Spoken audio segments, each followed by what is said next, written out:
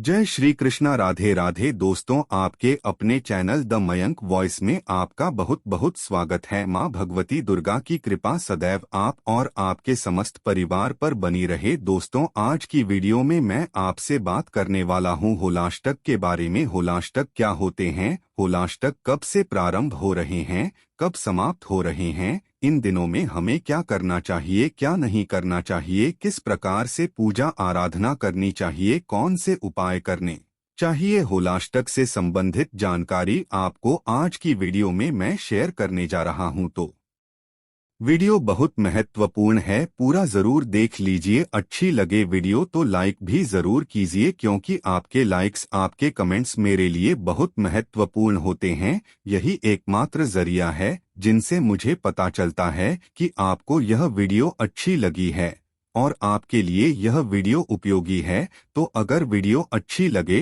तो लाइक तो जरूर ही किया कीजिए। और अब सबसे पहले जानते हैं कि होलाष्टक होता क्या है। देखिए, होली के पहले के जो 8 दिन होते हैं, जैसे कि फाल्गुन मास की शुक्ल पक्ष की अष्टमी तिथि से होलाष्टक प्रारंभ हो जाते हैं और फिर होलिका दहन के साथ ही होलाष्टक का समापन हो जाता है और फिर अगले दिन होली मनाई जाती है। तो इस प्रकार से अष्टमी तिथि से लेकर और पूर्णिमा तिथि तक का जो समय होता है फाल्गुन मास के शुक्ल पक्ष में, उसे शास्त्रों में होलाष्टक कहा गया है। और इस समय में कोई भी शुभ या फिर जो मांगलिक कार्य होते हैं उन्हें वर्जित माना गया है। अब वैसे तो इसके पीछे बहुत सारी पौराण कथाएं हैं, लेकिन ग्रहों की स्थितियां इस समय में बहुत ज्यादा उग्र होती हैं जी। इसकी वजह से वातावरण में भी बहुत ज्यादा नकारात्मक ऊर्जा का प्रभाव रहता है।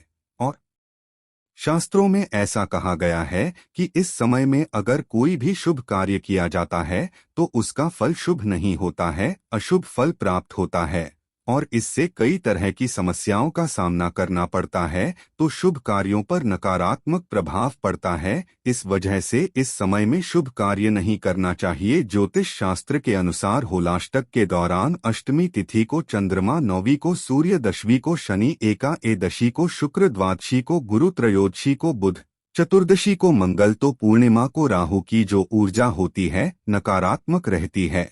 और इसलिए होलाष्टक की इस अवधि में किसी भी शुभ कार्य को करने की मनाही है, जैसे कि नामकरण संस्कार हो, जनेऊ संस्कार हो, गृह प्रवेश हो, विवाह हो। अगर आप कोई नया कार्य प्रारंभ करना चाहते हो तो इस समय में नहीं करना चाहिए। इसके अलावा प्रॉपर्टी की खरीदारी हो, चाहे मकान की हो, दुकान की हो, या फिर कोई जमीन खरीद चाहते हैं, तो इस समय में होलाष्टक के दिनों में यह सभी खरीदारी भी नहीं करनी चाहिए। अब प्रश्न उठता है कि इस समय में हमें कोई भी शुभ कार्य क्यों नहीं करना चाहिए। तो देखिए, होलाष्टक के विषय में कई प्रकार की कथाएं प्रचलित हैं। उनमें से कामदेव तथा प्रहलाद वाली कथा सबसे ज्यादा प्रचलित है। जैसे कि पौराणिक मान्यता है कि फाल्गुन मास की शुक्ल पक्ष की अष्टमी तिथि के दिन कामदेव ने भगवान शिव की तपस्या भंग कर दी थी। इसके कारण भगवान शिव रुष्ट हो गए और उन्होंने कामदेव को भस्म कर दिया था। इसके उपरांत ही कामदेव की पत्नी देवी रति ने शिव जी की आराधना की, तो फिर 8 दिनों के बाद भगवान शिवजी ने उनकी प्रार्थना सुनी और कामदेव को पुनर्जीवन का वरदान दिया। अगली कथा आती है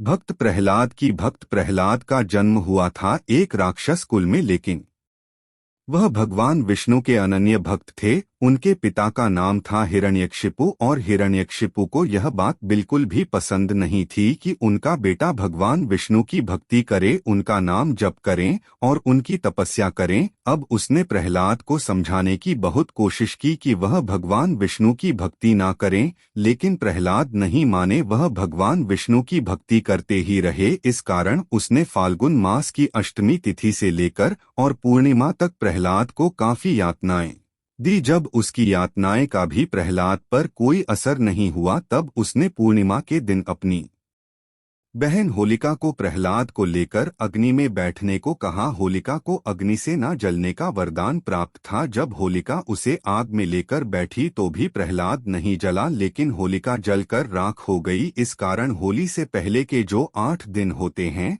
उन्हें अशुभ माना जाता है, क्योंकि भगवान के भक्त को इतनी सारी यातनाएं झेलनी पड़ी, इतना कष्ट झेलना पड़ा, इसलिए इस समय को अशुभ माना गया है किसी भी शुभ कार्य को करने के लिए। लेकिन इन 8 दिनों में प्रहलाद ने बहुत घोर तपस्या की भगवान श्री हरि विष्णु की, इसलिए इस 8 दिन के समय को भगवान विष्णु की तपस्या के लिए, मंत्र जप के लिए और साधना के लिए बहुत श्रेष्ठ माना जाता है, क्योंकि इन 8 दिनों की तपस्या से, प्रहलाद की तपस्या से भगवान श्री हरि विष्णु अत्यंत प्रसन्न हुए और उन्होंने हिरण्यकशिपु का वध कर डाला। तो इसलिए इस समय को तपस्या के लिए, साधना के लिए, मंत्र जप के लिए अत्यंत श्रेष्ठ माना जाता है। तो वैसे तो इस समय में कोई नया कार्य प्रारंभ नहीं करना चाहिए, लेकिन मंत्र जप इत्यादि जरूर करना चाहिए। और अब जानते हैं कि होलाष्टक का प्रारंभ कब से होगा और होलाष्टक समाप्त कब हो रहा है। तो देखिए,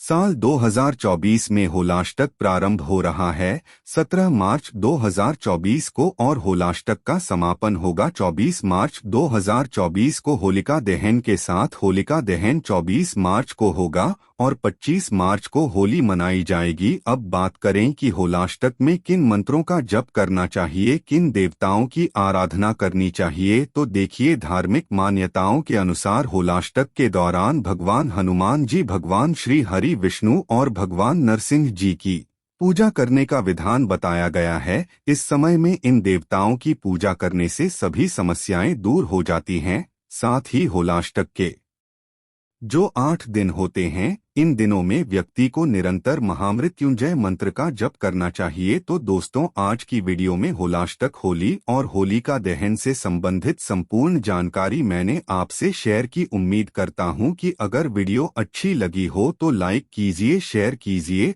और बेल आइकन को जरूर प्रेस कर लीजिए। इससे यह होगा कि इस चैनल पर जो भी नई वीडियो अपलोड होंगी उनकी नोटिफिकेशन आपको सही समय पर प्राप्त होगी। मिलते हैं आपसे अगली वीडियो में, तब तक के लिए जय श्री कृष्णा, राधे राधे, धन्यवाद दोस्तों।